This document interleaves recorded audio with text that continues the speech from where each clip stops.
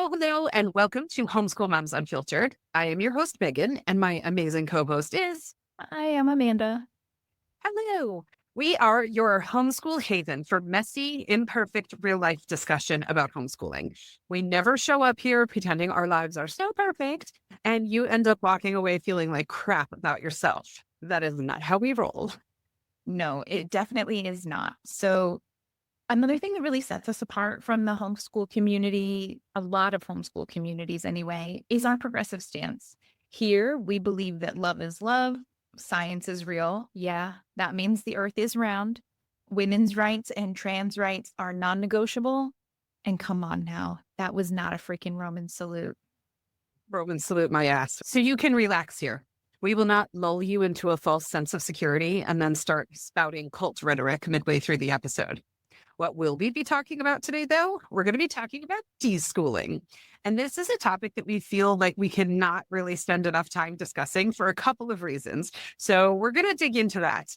But first, we kick off all of our episodes with some real life updates and just kind of the good, the bad, and the ugly of our homeschooling lives. So what's with you, Amanda? Yeah, well, first, before I jump into that, we do want to say a quick thank you to today's sponsor, Miss Devon's Video Game Universe, for generously supporting today's episode. We're excited to tell you more about all of their amazing programs a little later in the episode. But yeah, so our recap, so you know you're not alone, and we are in fact real people who do not live Instagram perfect lives. This week has been a real struggle here in my world, like just real struggle bus. And there's nothing like specific, you know how sometimes you just have those weeks that are like, give me a freaking break. I did okay on Monday. I was not feeling great, but I was able to like be patient and calm and the kind of mom that I want to be. That totally fell apart on Tuesday. Tuesday was one of those days that like Tuesday morning, I was like really struggling, but doing that good job of like taking a step back, taking a couple deep breaths, and then asking kindly for what I wanted. And then like after the third time, it involved me kicking empty water bottles down the stairs and me yelling like a screaming banshee about how I really just needed him to fucking listen to what I needed him to do. And if he didn't listen, heads were going to roll. It was ugly. And, of course, then like once we all calmed down and he stopped crying because I was that asshole, I apologized and he was like, no, I understand because I really should have listened the first few times. Like I really pushed it. That's true, but I still should have handled it better. I'm the parent. It's my job to handle it better and model that better. So yeah, I mean, we survived Tuesday, but Tuesday was just hard. And then I had these crazy overnight board meetings because I'm still managing my US responsibilities even while we're in Europe. And so I was up all night, basically in the middle of the night doing board meetings. And so then, like I just didn't want to do schooling stuff the next day. And then it really hit me with my chronic fatigue yesterday and the day after. And I didn't even get out of bed. Like it was just brutal. So yeah, I felt like I had the energy to actually get out of bed and type some notes up for today's podcast. That's pretty much all that's going to happen. I did make food. I made him a meal before I came in here to start podcasting. That's more than I'd done most of this week. So yeah, hopefully we're heading in the right direction. Exactly. I'm sorry you've had a rough week. We all have those weeks. And so if you're listening and you're thinking you're that perfect parent and you're going to comment about Amanda's week, don't, because we all have those weeks, right? Where it's not ideal, but we get through it, right? So yeah, that's it. It'll go up from here. It'll be fine. And always a good learning opportunity, right? Even the bad weeks. Actually, sometimes the bad weeks are an even better learning opportunity of owning your responsibility and, yeah. That is true. Yeah. So how about you guys? You're pretty busy. You're in a new location. Of course. So busy this week. It's been a pretty good week. Yeah. So the last couple of episodes I shared, we were pet sitting. We were just outside London. We have another pet sit starting next week, but we had an almost 2-week gap in between the two. So we're spending those 2 weeks in London. So we're at a hostel right in central London. I love hostel living. It's one of my favorite things. So I'm currently in one of the top bunks in our room because the lighting is better than in my bunk, which is on the bottom. So yeah, but we've had a good week. It's just been busy. All right. And it's that thing like, we're world schooling, we're adventuring. we're so lucky to have these opportunities. We're like a one thing a day kind of family. And so when we're in the city, there's so much to see and do that's, you want to capitalize on the time that you have while you're in the city. And so we've been doing more in a typical day than we have been.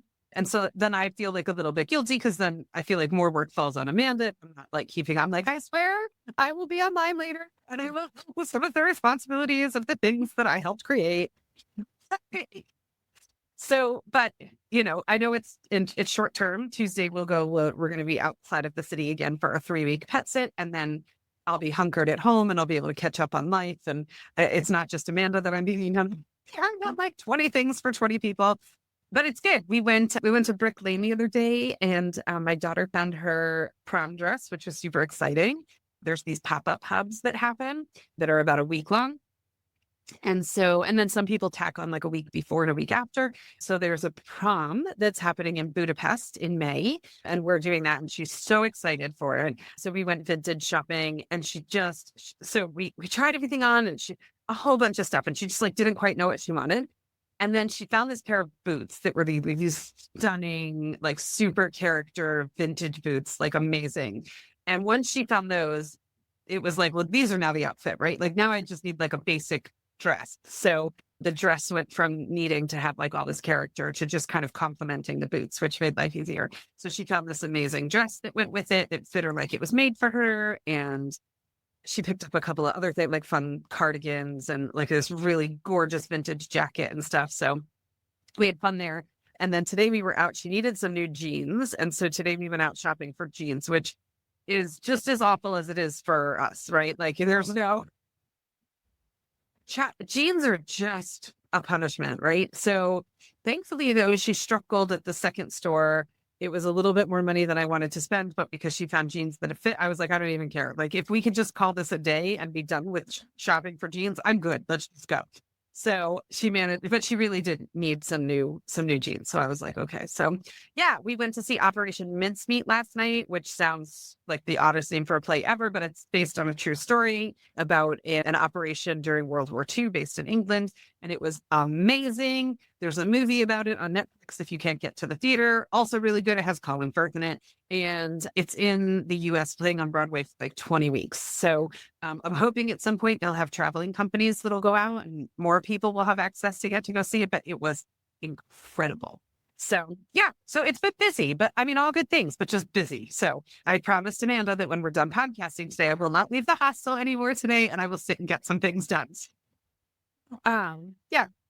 So, but otherwise, it's been great. We love London, if not for how expensive it is and freaking Brexit made it difficult for us to get paperwork to live here.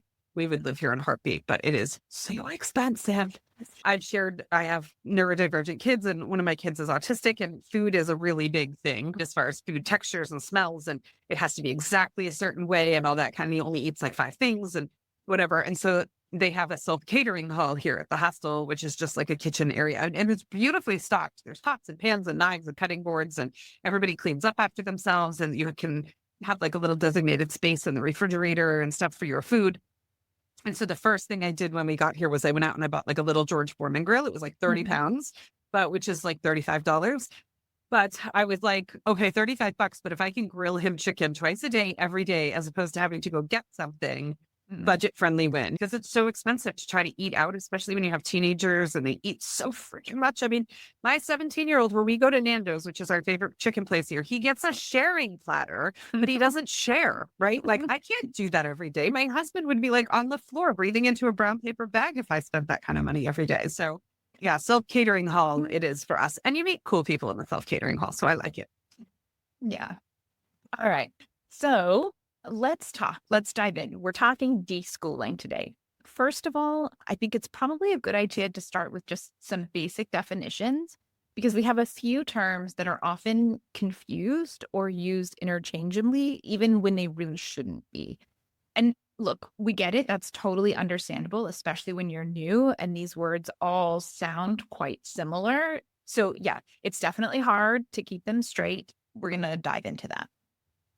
Yeah, absolutely. Okay. So the first one, kind of what we're all about, homeschooling. Okay. So homeschooling is a large umbrella term that covers a really wide range of approaches and methodology But everyone under this umbrella is choosing components of their child's education and at some level kind of determining what that path looks like, what that journey looks like. So that will almost certainly look different ways, right? If you take 10 homeschoolers and you ask them what they're doing, all 10 of them will probably tell you something completely different. So that's a really big umbrella term. Now, I will throw out one distinction to save some of the new people. In some, possibly many states, using the public school at home option doesn't legally count as homeschooling. Okay. So, like in North Carolina, there's a virtual school option through the public school. Legally, that is not a homeschool. So, while we aren't particularly proud of the way sometimes this gets handled in communities, if you pop into a Facebook group and be like, we're new to homeschooling and I'm using the public school option at home, and you name what that thing is, there's a really good chance you're going to get pounced on and told that you're not a real homeschooler, quote unquote. So just be aware of the legal distinction between the two, because some people get really pissy about that. So we're just trying to say, enter gracefully if that's your chosen route. Yeah, no, for sure. The internet can be a judgy place. And there are differences, right? Like there's virtual school, there's the homeschool charter program in California. There are all sorts of different ways to do it. And yeah, the internet, like I said, it's just a judgy place. And that unfortunately applies to a lot of homeschool groups as well. So my thing is like, please don't let them get you down, right? Like you can get information that you need wherever. And also, it might be hard, but you can almost always find your people. Just find your people where they'll be kind about the questions you're asking and be helpful.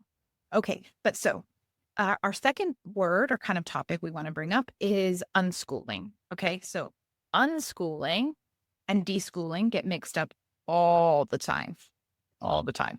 They are very much not the same thing. Okay. Like these are not the same thing. So let's talk about unschooling. Unschooling is a philosophy of education that focuses on child-led learning and interest-based learning. If you're looking at homeschooling on a spectrum, Meagan and I are a great visual for what that range can look like, right? I am all the way towards the other end, looking at state standards and using curriculum for most, if not sometimes all, of our formal learning activities, right?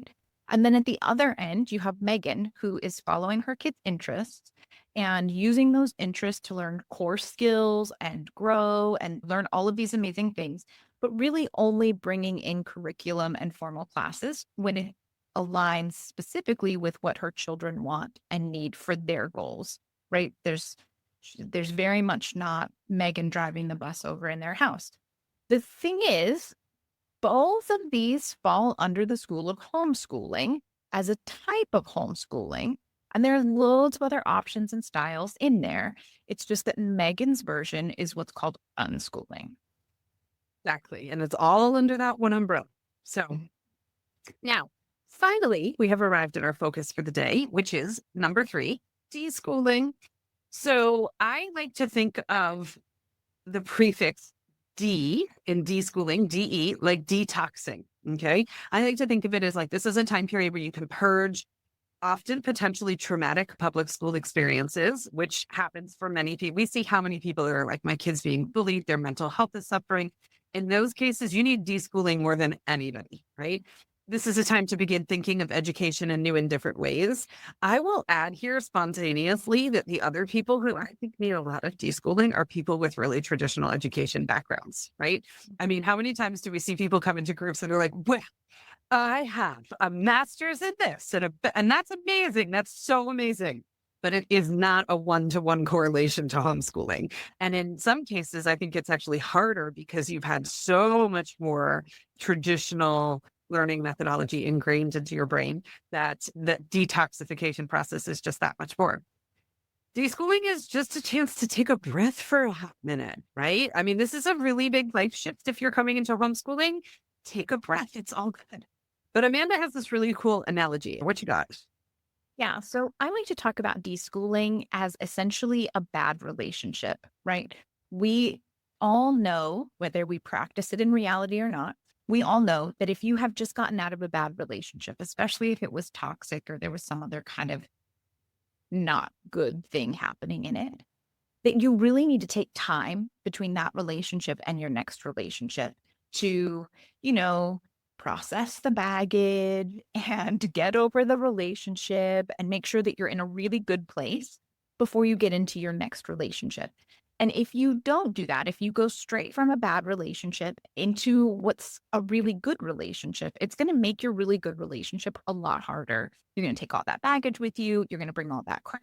The good relationship may or may not survive it, but even if it survives it, you have a much harder time in the beginning than you would have if you'd just taken a step back and taken a bit of time to process and get ready for the new relationship. And deschooling is the exact same idea. Like, you were leaving the relationship with public school, probably because it wasn't good and there was something that just wasn't working. And you need to take the time to unpack that, process it, so that you actually really have a good experience homeschooling. We see so many people who dive straight into homeschooling with the full on educational, I got all of this curriculum and I told them we're going to do it and we're going to sit down and we're going to do it. And it's not working and we're fighting all the time. And homeschooling just isn't working for us. And we're like, oh, well, how long have we been doing it? And it's 1 month or 2 months with Christmas break in there. No, no, no, no, no. Okay. So we're going to talk more about that. I know there was a post I saw not that long ago, and it was 2 months. And the parent was like, the kid has no drive to learn and this, that, and the other thing. And part of deschooling is how long that break is, which we'll talk about. But, this was a kid who was 13, 14, maybe, I forget. They've been in the public school system for a really long time. There's a lot to undo there, right? You cannot expect this kid to just turn on a dime in 2 months' time and have this all figured out and all that. It's so unfair for us to have that expectation of these kids. So I love your analogy, Amanda. So real quick, to circle back to our umbrella note, would you say that all schooling types, right, whether you plan to go fully online, whether you plan to buy an all-in-one curriculum, if you're going to do unit studies, if you're going to be eclectic and kind of pull stuff from everywhere, do all of those deschool, right? So it's basically are all the philosophies that fall under that umbrella of homeschooling deschool worthy, would you say? I think the only exception to that would be if you are going into a public school virtual program, not one of this separate homeschool backed paid versions, but a lot of schools, I don't know with the new administration if there's still going to be funding there for it, but there are a lot of schools that currently offer fully virtual public school options. And I think you can't really take the time to deschool in that situation because you're still in a traditional public school and there's not time for the break, right? You come to truant. Yeah. You have to attend the classes, and you've got all the homework and the deadlines and all of that kind of stuff. And that's just part of that public school thing. But I think that outside of that, yeah, all of them need deschooling. Even if your kiddo was never in school and you're going to start homeschooling straight away, you probably need to do a fair amount of deschooling before you start the homeschool process, just to make sure that you, as the parent, are not trying to replicate traditional public school at home. I don't know how many times you see parents who have kindergartners and they're like, well, they won't sit still. And, I can't get them to do the 5 or 6 hours of schoolwork a day that we need to do. And it's a kindergartner does not need that. Yes, in public school, they're at school that long, but they are not learning during, just no, that's not. It's a whole mess. Yeah, that's not how it's supposed to work. Right. And so in that case, the kid probably doesn't need to deschool because they're not coming in with those expectations, but the parent definitely needs to do a lot of studying and learning about what this is supposed to look like and what appropriate expectations are. Mm-hmm. Yeah, absolutely. So we've got homeschooling as the big umbrella, then we have philosophies under homeschooling, one of which is unschooling, and then deschooling is outside of that umbrella. And it's this process, this breathing time, this bad breakup periods. Taking a break before we jump in. So I love your analogy, Amanda. So we want to talk about what it looks like on a day-to-day basis and stuff like that. But first, we want to take a moment to tell you about this week's incredible sponsor. So Miss Devon's Video Game Universe is an online community where kids can safely connect, play, and grow through their love of video games. Miss Devon herself is a total badass, if I do say so myself. She was featured on the national stage. She was on the Kelly Clarkson show. How cool is that? And as Amanda and I, being two women who are kind of doing our thing, we are all about celebrating the success of other women. So go, Devon. Their program is dedicated to providing a welcoming space where young gamers can bond over their favorite games without the fear of interacting with strangers on the internet. Dun, dun, dun. Nobody wants that, right? Their online video game social clubs give kids a place to share their passion for gaming in a safe and structured environment. Each meeting is led by one of their amazing video game teachers, who themselves are all lifelong, passionate gamers. But their sessions are more than just playtime. They are opportunities for students to build confidence, develop friendships, and showcase their gaming knowledge in a setting that values and celebrates their interests. Yeah, so Miss Devon's Video Game Universe offers engaging clubs and classes featuring popular titles like Minecraft, Fortnite, Pokemon, Mario, and Zelda, ensuring that every gamer can find a place where they belong. Their mission goes beyond gaming, too. They offer unique fantasy-themed ELA curriculum that's really tailored towards upper elementary age students. These classes are perfect for kids who love gaming, right? If they already love writing as well, they'll be in heaven. But if they're not super enthusiastic writers, these classes are, a comfortable segue because they lean into an interest. And we all know the key to successful homeschooling is finding ways to use your kiddos' interest in their education. Yeah, 100%. So these classes are great. They're unlike anything else that's out there and what other people are doing. Miss Devon's Video Game Universe does an incredible job of blending the excitement of gaming with education. They foster creativity. There's critical thinking involved and really a love for storytelling. At Miss Devon's Video Game Universe, they believe that gaming is more than just entertainment. It's a powerful tool for building connections, boosting confidence, and inspiring young minds. Yep. So you can check out our show notes for a link to the class offerings at Miss Devon's Video Game Universe. She has actually been on our show as well, talking about how to effectively use gaming in homeschooling. So we'll link that as well to give you some additional insight into her and what she's all about, because yeah, she really is awesome. Yes.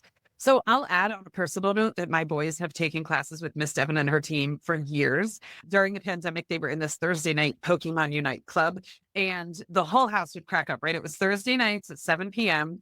And it was just such a stark display of how different my kids are, because you'd never know my oldest was in the class. He'd be in his room, he'd be taking class. We never heard a peep out of him.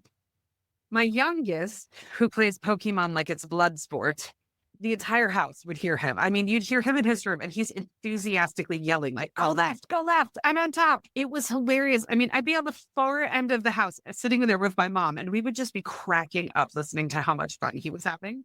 They formed awesome bonds with other kids in class and they looked forward to it every week. I mean, they loved that class. And I knew that they were in a safe and supportive environment, which was huge for me. So definitely check out our show notes. Find the link, pick a class. Your kiddos can join together with other gamers to play and learn and thrive. And we've got a coupon code for you as well, which is Devon Coupon 19. And that'll make your first class only $1. Devon's name is spelled DEVYN Coupon 19. And we'll put that in the show notes to make sure you can just copy and paste it and make life easy. So thank you for your sponsorship, Miss Devon. And we are looking forward to feedback from our listeners about their kiddos and loving class and all that good stuff. All right. So yeah, that's awesome. But let's get back to this whole deschooling thing. Okay. So now that we've defined everything and we've given a big shout out to our sponsor for the week, how long should you deschool? So I'm sure we both have a little bit of a different take, right? And again, this comes back to our difference in both in how we homeschool, but also in how we got here. I know that there's this general rule of thumb that it should be like 1 month of deschooling for each year that your kiddo was in a traditional school, almost like dating relationship advice again, right? But it's not that straightforward, I don't think, right? It's been my experience not my personal experience, but it has been my experience in helping lead the group and with friends and things like that. But sometimes, yeah, a month per year is totally fine. And sometimes you need so much longer than that to get to this point where like your kiddo is actually excited to start learning again. You had an experience like that, right, Megan? One of your kiddos really needed a lot longer. Yeah, he did. I mean, I pulled him at the end of the school year. So I'll start by saying summer break and Christmas break do not count as deschooling periods, right? It's not, I mean, you can kind of start the clock during summer break because you're officially free. But I think for my kiddo, especially who had, I don't want to say that it was a traumatic school experience in the sense like he wasn't bullied. He had amazing teachers. He was a good student, right? So I know there are people who have far more difficult experiences with school. For him, school was just an environment where he could not thrive. It was just, he felt so stifled there and a fish out of water. He felt like an alien, there. And it was not good. It was like a crucible for him. And so, when you see your kid every day, you don't really notice it as much. Like, obviously, you can see that things are not amazing, but when I look back now at the Facebook memories that pop up or something from that time period, I mean, he was just a shell of a human. He had no facial expression. He was barely speaking by the time he pulled him out. He had just kind of given up. He kind of retreated inside of himself. And he was only 8. He wasn't even in that environment for that long. So imagine if you pull a kid who's been enduring bullying or challenges with being othered due to special learning needs or differences. Oh, how much is inside of them that we don't even see. So yeah, I mean, we started deschooling, but I think mentally for the kids too, they were used to at that point having summer break.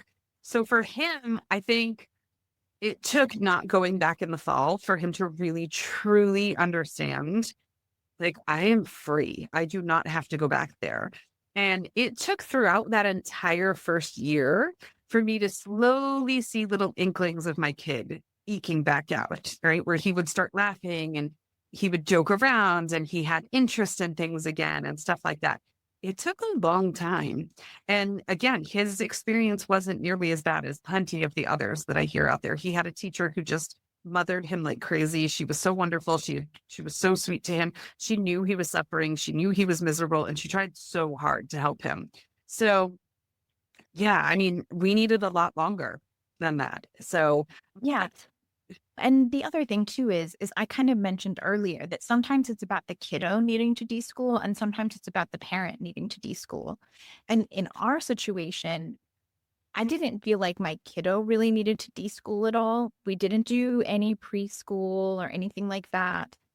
He did go to a Montessori school for kindergarten that he was very active in the process of picking, and he absolutely loved it. He completely loved that environment and that place for kindergarten. Then the pandemic happened and he got sent home mid-kindergarten year.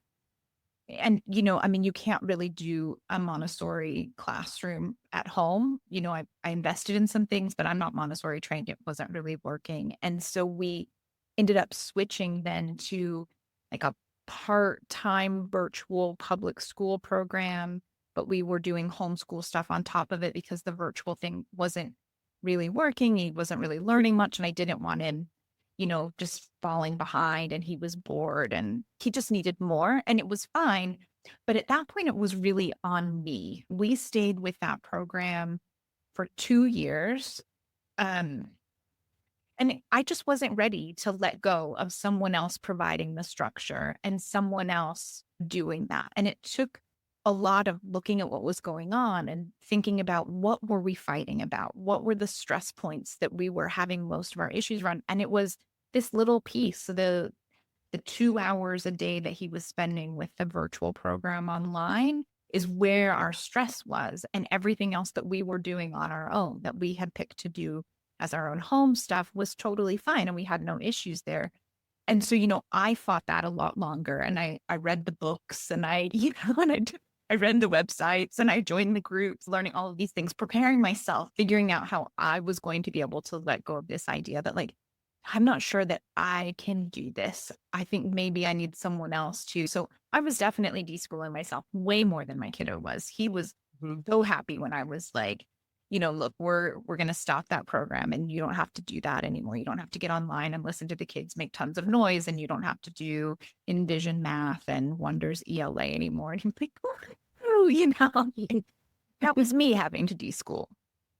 Well, it was funny because I was thinking about that earlier and I was trying not to get too sidetracked. But when we brought up about in some states, public school online not being legally considered homeschooling and all of that. And I so badly wanted to say, if you're picking public school online, please come, like book a coaching session with us. We won't specifically try to talk you out of it if it's truly the best thing for your family. But I think more often than not, it's comfort zone. And so for so many people, it's like fear of failure and comfort zone. And if you are leaving the public school system because something isn't working, the odds are really great that that something is just going to follow you home when you choose the public school online version. I mean, it's probably not ideal, and it's so rigid and it's so time consuming and all of that kind of stuff. Like you can do it. You can fully branch out and do your thing. And if you need some support doing that, book a coaching session. We will work with you, or come to our Patreon Q&A, or just reach out, phone a friend, because the online public school option is typically not amazing. And a lot of times we see them like 3 months later, somebody's like, well, I picked the Discovery K-12 or whatever it was because of this, that, and the other thing. Like, it's not going great. And I'm reading the post. I'm like, this is shocking information, right? And we don't see 20 of these a month. Just make sure that if you're choosing it and it's not or letting go of what you know and what's comfortable, because the other side of that is amazing once you can get there. Yeah, no, that's me. There are some very specific cases where that is the best option for one reason or another, and we totally acknowledge that. But yeah, if it's just fear holding you back, come let us support you. Us, the two of us specifically, our Facebook group more generally. Yeah, we've Yeah, got you. absolutely. Yeah. So deschooling can last a really long time. I mean, it can go on for as long as you think that your child needs. But at a minimum, I would think that 1 month per year in school is kind of the minimum guideline. And it's going to feel like a long freaking time when you're doing it. We can tell you that much right now. Don't panic. It's okay. It's going to feel long. Okay. So we're in this phase. What do you think a typical day might look like in this phase? I'm curious from your, because we homeschool so differently, Amanda. What do you think a typical day of day schooling might look like for someone? Well, because we are far more academic focused, for me, it would be, and I tell, so you're getting basically a free coaching session or a mini session here right now, right? Because I feel like, there are so many ways. Really, the goal of deschooling is to give your kiddo a chance to process what went wrong in their traditional schooling environment and to find that love of learning again, to reignite that spark of like, oh, I actually want to like learn stuff and know stuff. And for me, that looks like just a continuous drip of interesting information to see what gets them excited again. And that can be interesting documentaries. It can be trips to the library and picking up all kinds of different books. It can be random classes and events around town. It can be field trips to things that are educational and also things that you wouldn't necessarily think are educational. Maybe you do a field trip to the indoor skydiving place. Hello, physics in motion, but it's fun. And so it's this goal of like reigniting the fun between you and your kid and getting this basis of like, we can enjoy doing this together. We can be in partnership together on this. And, there are other things. Math is one of the big ones that people are always like, well, how are we going to get math in? And I always say like, bake and cook. And it sounds kind of random, but one of the things that I would absolutely do is find a recipe that's too big and say, hey, can you make this for dinner tonight? But we only need half. Or find a baking recipe that's like, hey, let's do something nice for the community. Or maybe we're going to put some care packages together for people. Or let's take some cookies to grandma. How about you make this, but let's double it, or let's do it 1.5 times. So now they're working with fractions, they're doing all kinds of addition and subtraction and things like that. Like that's totally math. It's math in action. And you have something tasty to do, and they're gonna realize that you're like practicing these things and you're keeping up with them without it being like this traditional, okay, now what did we do for math? What did we do for science? What did we do for ELA? Yeah, absolutely. So, yeah, what would a typical day look like for you as an unschooler in this deschooling phase? So ironically, in my world, they're not a huge difference, I don't think. But I think to your point where you said kind of this steady drip of information, for me, I think I would classify that in my brain as a steady drip of exposure. So because unschooling is all about interest led.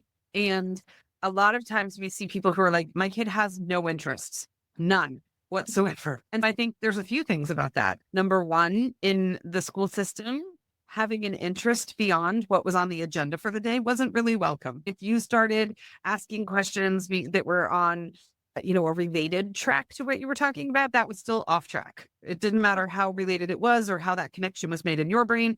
You were now taking the group off track. This is not welcome. Stay focused. Stay with what we're doing. The end. Stay focused. Yeah. Right. So the longer your kid was in school, the longer they were trained to not really make connections outside of the thing that was right in front of their face, because that was not welcome. So that takes time to break down. So that's one thing. Another thing to be super careful about is if you're in this phase, I can almost guarantee you the second your child shows interest in something, you're going to be like, we should write an essay about it or something awful like that, right? Do not, right? First of all, you're still deschooling. Second of all, there's no greater way to kill something that your kid is interested in by making it really awful work. So chill out. Okay. Just let them be interested. Just let them have interest and let them go deep. It's amazing. So I think there's a few things there. The other thing is too, when you say, oh, my kid doesn't have any interests, there was a post that I saw not that long ago where the person was like, my kids don't really have any interest, this, that, and the other thing. But in the post, they kind of laid out what a typical week looks like for them. They're home like all the time. Right. And so you can find interests at home, but I doubt this parent was looking for their kid to pick up like knitting or something. I highly doubt your kid is just going to be like, you know what I should take up when they're just like sitting at home on the sofa, right? So a lot of times that is, like Amanda said, going to a museum or taking a class at the library. The library is a great source a lot of times for free introductions to things. Okay. They're not going to go super deep oftentimes, but it might be just an introduction to a topic that they might be interested in. Museums are great too. And they often have classes that are not terribly expensive. So, I mean, I used to pay like $5, $8, stuff like that when my kids would take a museum class. So the more you expose your kids to, the more likely you are to find an interest or multiple interests. And so I think that's the big thing, but doing it in such a way that it is so light and so casual and so fun. There's not a lot of pressure. It's not work. It's not a mandatory. And you're probably going to be panicked the entire time inside, just be like, they're not doing anything. This is not working, but it's okay. Just keep offering up stuff. Hey, I'm going to watch this documentary. You want to sit with me and, color or whatever? And let's put this on. It looks pretty interesting. I'm pretty interested to see what this is all about. Let's go check it out. Just super low key and super relaxed. And if you have a kiddo who really wants to avoid anything that might seem educational, and you know that you can't say, hey, I'm going to watch this documentary. You want to join me? Make a big bowl of popcorn, throw some M&Ms in it, sit down in front of the TV and see if they don't come sit next to you to have some of your popcorn. There are ways around it, but it doesn't have to be this fight. And this is the time that you can really, like I said, so much of it is about building a foundation of like, hey, we're going to be partners. They were not partners with their teacher in school. There's no school that does a great job of being in partnership with the kids that they're teaching. They have too many kids. They can't. But you can be in partnership with your kiddo and helping them learn what they're interested in, learning things they had no idea they were interested in. I'm not a history nerd. My husband couldn't care less. We have spent our lives going to museums and like, sure, we'll pay to go to the Louvre and we can walk through that bad boy in an hour and a half, in and out. Like, we are good. Thank you very much. That is not our kiddo. And I'm not really sure how it happened, but we spend hours sitting on benches taking turns walking around with him because he just loves it. Like you'll be able to find what works and you can be in partnership with your kiddo if you're just open to seeing what they enjoy and giving them that time and space to do it. I love that. I'm laughing because we went to two museums in the last week and we are not fine art people either. But it was funny because when we went to the Louvre a number of years ago, I think we felt this pressure to like respect the Louvre and be fine art people. And so we met up with some friends who are world schoolers who happened to be in London. And one day we went to the National Gallery and then another day we went to Tate Britain. And we went to the Tate specifically because there was one painting my daughter really wanted to see. And so we were like, great, you're going, we'll meet up with you, this and that, right? And this time we didn't put pressure on ourselves to be like fine art people because you have to see, I mean, there's people that bring their own stools with them and like carry them around these folding stools so that they can just like sit there. And you hear them being like, oh, the emotion and the light. Do you see how the light is coming in from this side and casting the shit? And I'm like, dude, I'm getting none of what you're putting down here. And then, and then there's people sketching because they feel so inspired. And that's all amazing. I'm so happy for all of those people, but we are not those people. So this time we came up with our own stories for the paintings that were not what was written on the plaque, right? So it would be like, there was this one and it was supposedly people trying to escape the great flood and they were like praying to God about save me from the great flood and this and that. I thought it looked like they were doing Tai Chi. So but we just started coming up with our own storylines, which was a creative writing endeavor in and of itself. So we just had the best time ever. And then my daughter is planning to go to art school. And it was so funny because there was this one thing there that I mean, I'm sure whoever did it, I'm sure they must be a talented artist. I mean, their stuff's in Tate Britain, but seriously, it was like a suitcase with like human hair trailing out of it. It was so creepy looking. And I literally said to her, I go, if I pay for you to go to art school and you start jabbing human hair into suitcases, I'm going to ask for my money back. I'm just letting you know right now. But you don't know. What's your point? You don't know unless you try. You got to go to all these different kinds of museums. Now, a history museum, we'd be there all day long. Okay. We'd be there all day long. We'd read all the plaques. We would talk to the docents. We would watch the film. Like we would do all that stuff, but we're just not fine art people. But you don't discover that until you go and you try it and you do your thing. So yeah, you have to try really hard to make sure that what you feel about it isn't what your kiddo feels about it. It takes a lot of effort to remember to be like, oh, are you interested in that? Do you want to read the plaques? There's another plaque over there. There's another room with a movie. Is that something that you want to go do? And not just be like, oh, you don't want to do that, do you? Because if you say you don't want to do that, do you? Of course, then the kid feels like, oh, no, I guess not. Like, you really have to check yourself as the parent who's like, oh my God, no, 4 hours here. I can't watch another movie. You can't make me watch another movie. Like, put a good book on your phone. It'll be okay. Exactly. Or start making up your own storylines for what's happening and whatever it is you're looking at. Don't read the plaques and do that instead. It's good time. We had fun. We had a great time. All right. So here you are. You're taking months, hopefully months and months to deprogram your brain, detox your public school experience, retrain your brain about what education is, all of that kind of stuff. Oh, you know what? Hold on. Before we get to that, we're talking about what a typical day looks like for kids, right? What you're doing with your kids. But I would like to add to that. I feel like you should be doing some work on your own, right? Reading the books, listening to the podcasts, engaging with other parents. We host twice a month. We host a Q&A. We host a social. Come, show up to those things. You don't know what you don't know.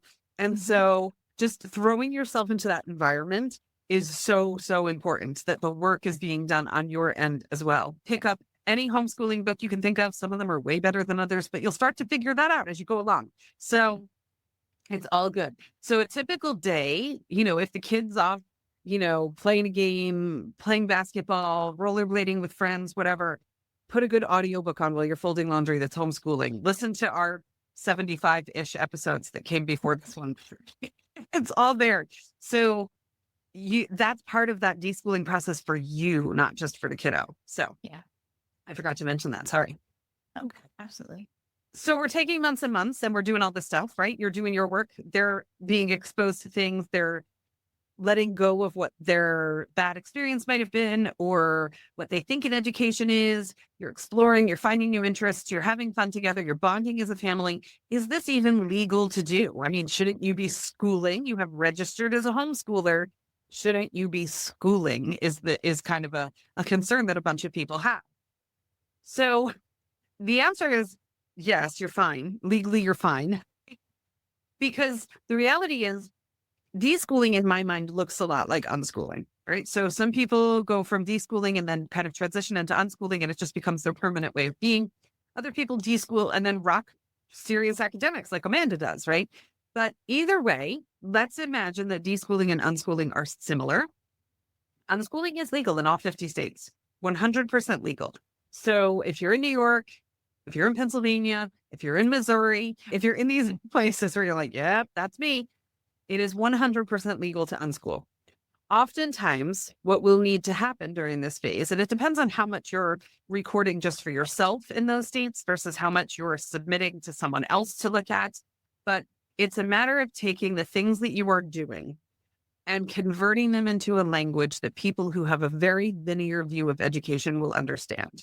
So if you are baking together, if you are going to museums together, if you are doing pioneer days, if you're at the Renaissance Festival, you're watching documentaries, you're at IMAX, you're at the Science Center, whatever it is that you're doing, your kid has learned to knit, whatever the case is, it's taking that and turning it into science, history, math, all of those things. Your kiddo doesn't even have to know you're doing that. Okay. And it stinks that you have to do it because in my mind, it messes with your deschooling a little bit as well. But if your legal requirement is to do that, then you will do that. If you need help figuring out how to do that, let us know. But yeah, it's completely legal to be able to take this time off and do your thing. Well, yeah. And I mean, again, it's that thing, deschooling, the point of deschooling is stepping back and not doing school the way that you think school is supposed to be done. But it doesn't mean that there's absolutely no education or learning happening. Like, we're not saying deschool. And if that means that your kid wants to spend 87 hours a week on the couch playing video games without anyone else and without a class, without any discussion, and, like they're going to eat, breathe, and, like we're not saying that. We're not advocating that. And I don't think that anyone necessarily would say, like, your kiddo should become completely obsessed with video games, and that can be deschooling, right? Like, these are not the same thing. There's plenty to do. There are plenty of ways that they can get quite a lot out of video games, as we've been talking about. But there are also other things that you can and should be doing: getting out, going to places, trying new things. Even just going on a walk in the city can be considered an urban hike, and that can count for biology, it can count for PE, it can count for all of these kinds of things, right? And again, that's about you changing how you think about things and how you quantify your education. And also, worst case scenario, anytime you try to think like, well, they're really not learning anything. What were they learning when they were miserable in public school? If they were going to school and not taking any notes and not paying any attention and failing their tests, they weren't getting much out of public school either, but it still counted because they were showing up every day, so like, it's, cut yourself some slack. Yeah, that's so true. Right. And if you live in a state where that's not required, like I've homeschooled in Florida, North Carolina, South Carolina, Texas, no one's requiring that level of detail from me. Don't create extra work for yourself. Don't be like, I feel like I should be documenting this in case somebody randomly knocks on my door and asks me for it. No one's going to do that. So do what is required of you by the state. And that's it. The end. I will say, I like to document a little bit more. I enjoy documenting. That's my happy place. So maybe don't document too much during the deschooling process. But if you want to spend that time as part of your deschooling process, figuring out how you're going to track things moving forward in this whole new world, that can be one of the things that you study and look at. Are you going to create a spreadsheet? Are you going to use an organizer? There's so many options out there. People talk about them all the time. And that's okay. And again, this is one of those things. You do need to do deschooling But what that looks like and what the next step looks like, it can vary quite a lot. And it's all valid. Almost all of it's valid. There are a few things we'd really say, please don't do. I was about to say before when you were like, I don't think anybody's advocating to let their kids play video games 24/7. I have been in some unschooling groups because in radical unschooling, that is a-okay. There's no redirection whatsoever in a lot of these, in some groups. So it's funny, right? Because we talked about the spectrum of homeschooling and Amanda and I being on opposite ends of the spectrum. But even within the unschooling world, there's a huge spectrum. And so I'm probably at one end of the spectrum. And then there are people who are like 90 hours a week of video games is totally fine by me. And I'm not judging that person. That's how they're doing things. And I don't live in their house. Those aren't my kids. So rock on. But there are people who do say, for me, that would not work. It would just... Well, that's more what I was thinking. Between the two of us, Right. neither one of us would say like that's an ideal situation at any point in your homeschooling journey. Yeah, it wouldn't be my choice. Yeah, exactly. And just like even for me as an academic aggressive homeschooler, there are people I see who are also other academic aggressive homeschoolers that I'm like, I don't know if that's how I would. Okay. So, the spectrum. For sure. All right. So how do you exit the deschooling phase and like, okay, now we're ready to homeschool? How do you know when it's time? That's such a good question.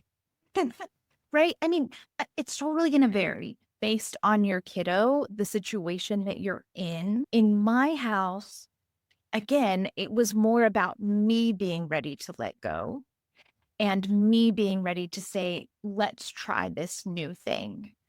And when I was done collecting the data, which is how I operate, right? Collect all of the data, analyze it, put my spreadsheets together, make my decision, and then take the step. Not everyone is like that, right? In your house, Meagan, it was, especially with your one kiddo, right? When you really kind of got your kiddo back and he was back to being the kiddo that you missed and you recognized him again. Sometimes, especially if it's not such an obvious on either end of the spectrum, if it's somewhere in the middle, it might be one of those things where you do set an arbitrary, okay, my kiddo was in school for 4 years, so we're going to do it for 4 months. And we're going to try at the end of 4 months, we're going to introduce one thing with one in my family, right? We would maybe start with one curriculum, something that I know they like. So if we were specifically doing it right now, I know my kiddo's really into history. I would probably start with either a solid history curriculum or an organized out school class that's on World War II history or battles or something like that. And we would just start there. And for maybe the first month, we're going to keep doing some kind of deschooling stuff with one curriculum there and do that for a month. And then after that goes well, at the second month, we're going to introduce a second curriculum and just kind of build on this. And we're not going to go from like, okay, the end of deschooling is over. Here's your stack of books. You've got 4 hours a day of schoolwork. Let's go. Like, no one wants that. You don't That would be a really crappy transition.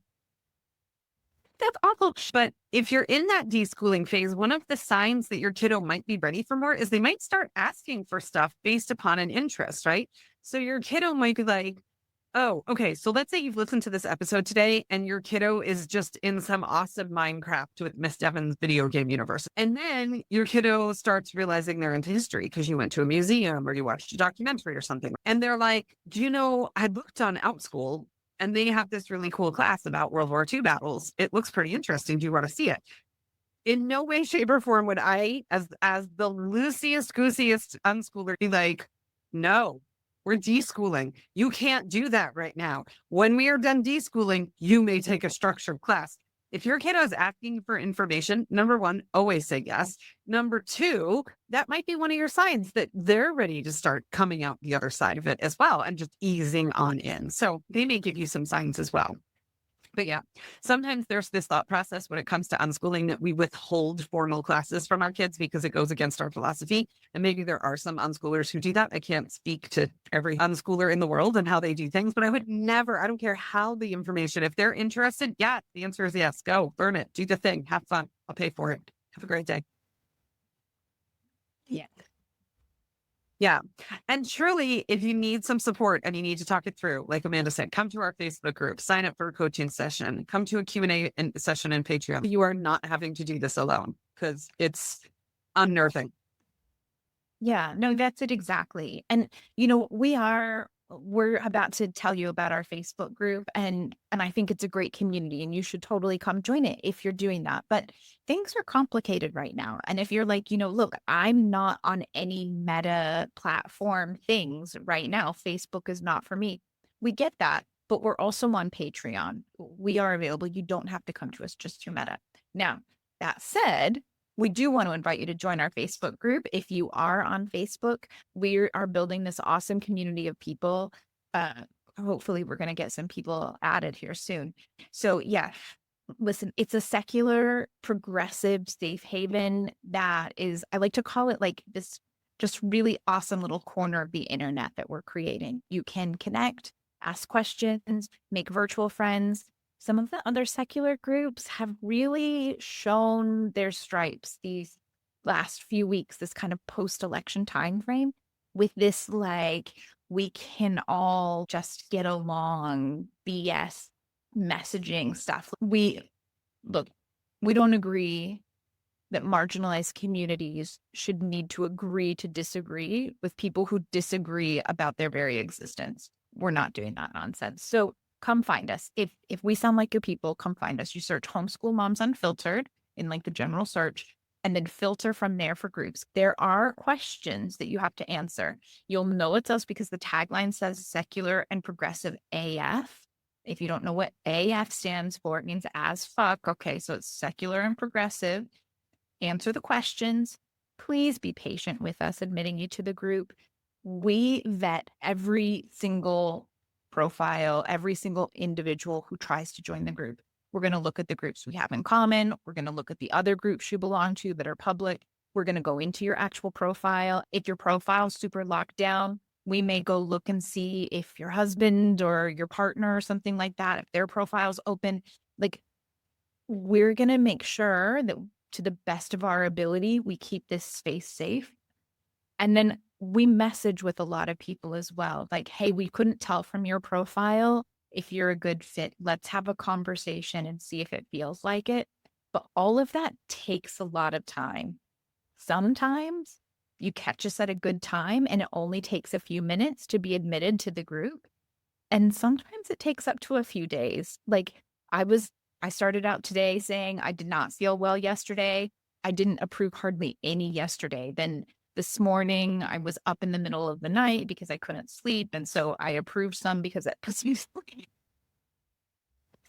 And I had it down to 100. And by the time I woke up like 4 hours later, it was back up to 140. And then I was approving people off and on throughout the day because I was chatting with them and, verifying. And as I'm approving individual people who I've been talking to, the number is ticking up and it's up. And as we sat down to start, it was like over 230 or something. I mean, like, It was like 250. Yeah.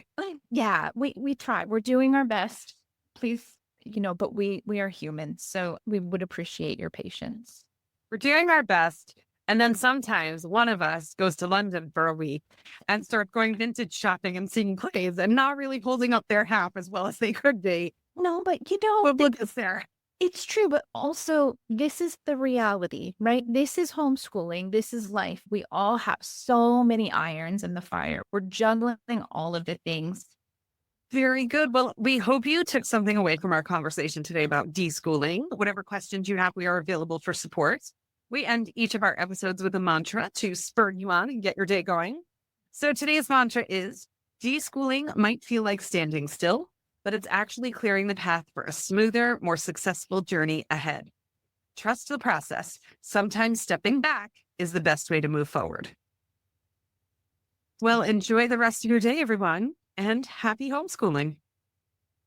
Yeah, have a great one.